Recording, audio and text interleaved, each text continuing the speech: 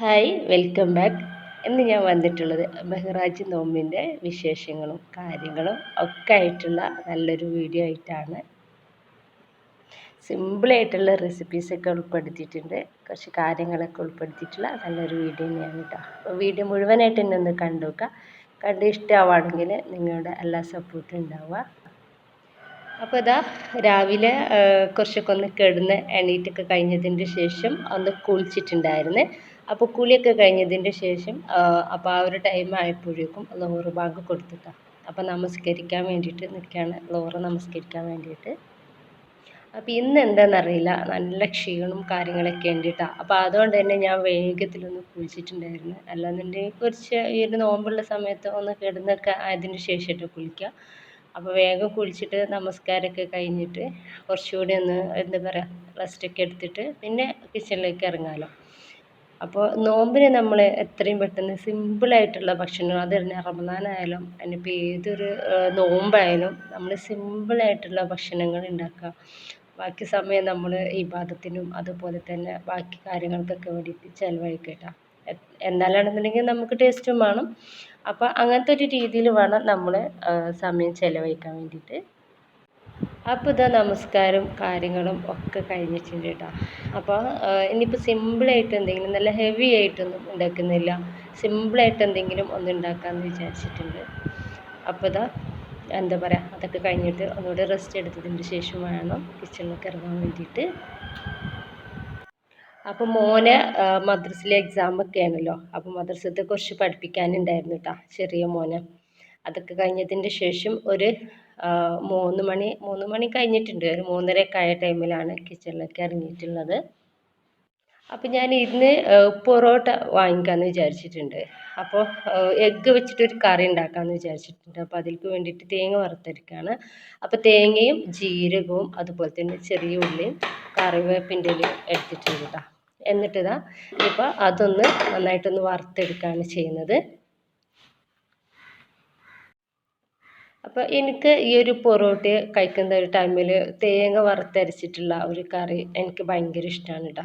അതുപോലെ തന്നെ പിന്നെ നമ്മൾ മീനൊക്കെ മുളക് ഇട്ടതും എനിക്ക് ഭയങ്കര ഇഷ്ടമാണ്, നല്ല കോമ്പിനേഷനാണ് കേട്ടോ അത്.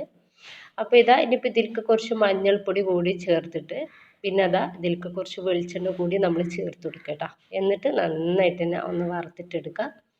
അപ്പോൾ വെളിച്ചെണ്ണ കുപ്പിയിൽ കഴിഞ്ഞിട്ടുണ്ട് കേട്ടോ. എനിക്ക് ഭയങ്കര മടിയുള്ള ഒരു കാര്യമാണ് ഓരോരോ സാധനങ്ങൾ കഴിയുന്നതിനനുസരിച്ച് അതിൽ ഒഴിച്ച് വെക്കുക എന്നുള്ളത്. ഒരു ചെറിയൊരു മടിയുള്ള കാര്യം തന്നെയാണ് കേട്ടോ. ഇപ്പം നിങ്ങൾക്കൊക്കെ അങ്ങനെ ഉണ്ടെങ്കിൽ ഒന്ന് കമൻറ്റ് ചെയ്യാം.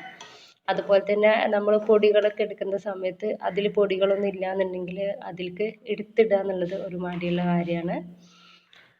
അപ്പോൾ ഇതാ ഇനിയിപ്പോൾ നന്നായിട്ടൊന്ന് വറുത്തെടുക്കുന്നുണ്ട്.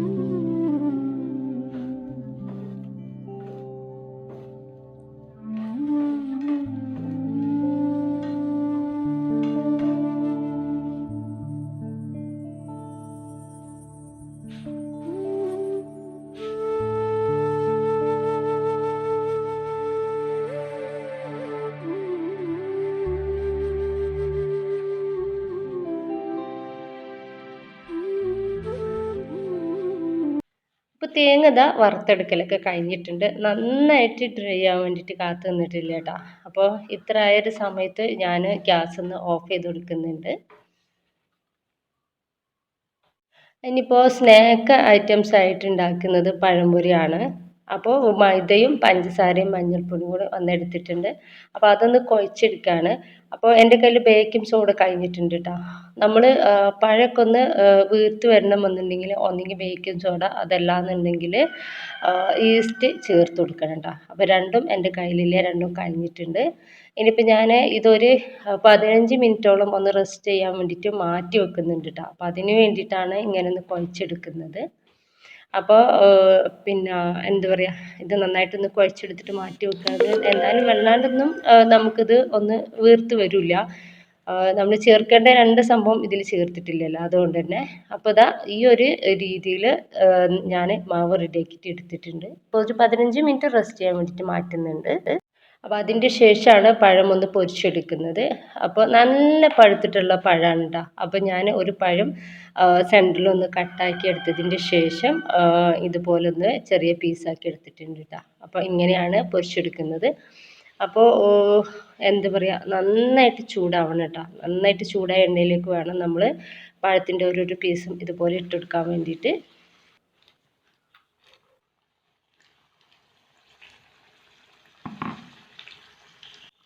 എനിക്ക് പഴം എന്ന് വെച്ചാൽ അതൊന്ന് ജസ്റ്റ് നന്നായിട്ട് ഒന്ന് വീർത്ത് കിട്ടണം. അങ്ങനത്തെ പഴംപൊരി കഴിക്കാനാണ് എനിക്കിഷ്ടം. അപ്പോൾ എന്തായാലും ഇത് അങ്ങനൊന്നും റെഡി ആയിട്ട് കിട്ടുന്നില്ല. കാരണം നമ്മുടെ കയ്യിൽ അതിനുള്ള ഒരു സാധനം ഇല്ലാത്തതുകൊണ്ട് തന്നെ ഇത് റെഡി ആയിട്ടില്ല കേട്ടോ. അത് ചെറുതായിട്ടൊന്ന് പൊള്ളിച്ച് കിട്ടിയിട്ടേ ഉള്ളൂ. ഇനിയിപ്പോൾ അത് നന്നായിട്ട് ഒരു കളറ് മാറിയിട്ടുണ്ട്. ഈ ഒരു ടൈമിൽ വേണം നമുക്ക് പഴം ഈ എണ്ണയിൽ നിന്നും എടുത്ത് മാറ്റാൻ വേണ്ടിയിട്ട്.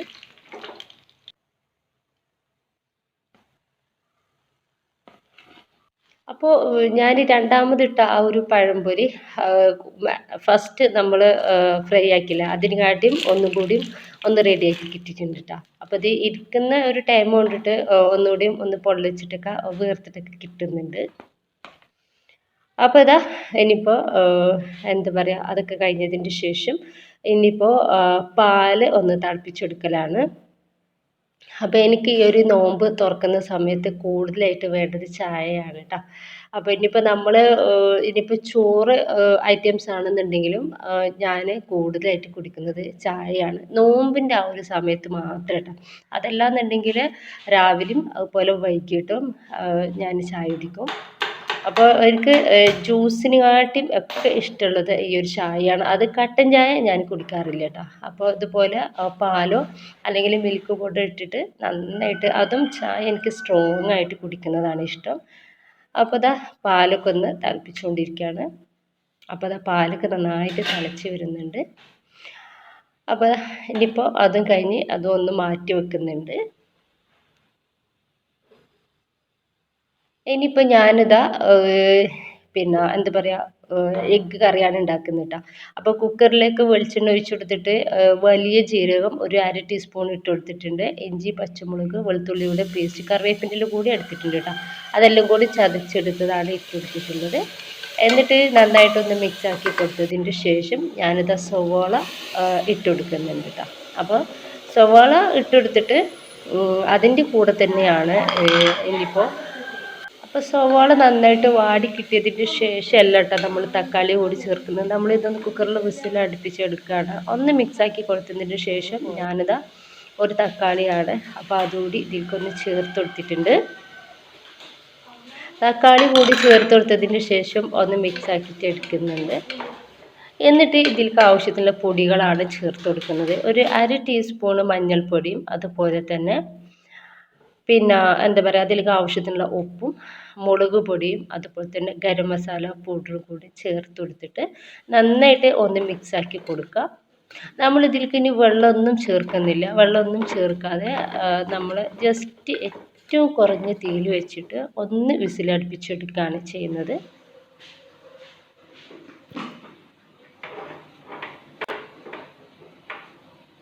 അപ്പോൾ ഇത് സവോളയും തക്കാളിയും ഒക്കെ ഒന്ന് റെഡി ആയതിന് ശേഷം ഞാൻ തേങ്ങ വറുത്ത് മാറ്റി വെച്ചിട്ടുള്ളത് ഒന്ന് അരച്ചെടുത്തിട്ടുണ്ടായിരുന്നു കേട്ടോ. അപ്പോൾ അതൊന്ന് ഇതിലേക്ക് ഒഴിച്ച് കൊടുക്കുന്നുണ്ട്. എന്നിട്ട് നന്നായിട്ട് ഒന്ന് തിളച്ചൊന്ന് റെഡി ആയതിന് ശേഷമാണ് നമ്മളിതിലേക്ക് എഗ്ഗ് ഇട്ട് കൊടുക്കുന്നത്. അപ്പോൾ എഗ്ഗൊക്കെ പുഴുങ്ങിയതിന് ശേഷം ഞാനിതാ ചെറുതായിട്ടൊന്ന് വരഞ്ഞെടുത്തിട്ടുണ്ടായിരുന്നു കേട്ടോ. അതല്ലാന്നുണ്ടെങ്കിൽ നിങ്ങൾക്ക് മുളക് പൊടി മഞ്ഞൾപ്പൊടി ഇട്ടിട്ട് വെളിച്ചെണ്ണയിലൊന്ന് റോസ്റ്റ് ചെയ്തിട്ട് എടുത്തിട്ട് ഇട്ട് കൊടുത്താലും മതി. അപ്പോൾ ഞാനിതൊരു സിമ്പിളായിട്ട് ഭയങ്കര ടേസ്റ്റാണ് കേട്ടോ ഈ ഒരു എഗ്ഗ് കറി. നമുക്ക് പൊറോട്ടയ്ക്കും അപ്പത്തിക്കൊക്കെ നല്ല വെറൈറ്റി ആയിട്ടുള്ള നല്ല ടേസ്റ്റി ആയിട്ടുള്ള കറി തന്നെയാണ് കേട്ടോ. അപ്പോൾ ഇതുപോലെ ഒന്ന് ഉണ്ടാക്കി നോക്കട്ടോ. അപ്പോൾ എല്ലാതും നമുക്കൊന്ന് റെഡി ആയിട്ടുണ്ട്. അപ്പോൾ എന്നിട്ട് അത് നമ്മൾ കറിവേപ്പിൻ്റെയും കടുകും വെച്ചിട്ട് ഈ ഒരു കറി ഒന്ന് വറവിടുക കൂടി ചെയ്തിട്ടുണ്ടായിരുന്നു കേട്ടോ. അപ്പോൾ അതാ എല്ലാതും ടേബിളിൽ നിന്ന് എടുത്ത് വെച്ചിട്ടുണ്ട്. എഗ്ഗ് കറിയും അതുപോലെ തന്നെ ചായ, പൊറോട്ട, പഴംപൊരി കേട്ടോ. അപ്പോൾ സിമ്പിളായിട്ടുള്ള ഒരു നോമ്പ് തുറ തന്നെയാണ് ഇത്. എന്നാലും നമുക്ക് ഇത് തന്നെ ധാരാളമാണല്ലോ വയറ് നിറയാൻ വേണ്ടിയിട്ട്. അപ്പോൾ എല്ലാതും ബാങ്ക് കൊടുക്കാൻ കുറച്ച് ടൈമും കൂടി ഉള്ളൂ കേട്ടോ. അപ്പോൾ ഇതാ ബാഗൊക്കെ കൊടുത്തിട്ടുണ്ട്. അപ്പം ഞാൻ നോമ്പ് തുറന്നിട്ടാ വെള്ളം വെച്ചിട്ട് നോമ്പ് തുറന്നിട്ടുണ്ടായിരുന്നു.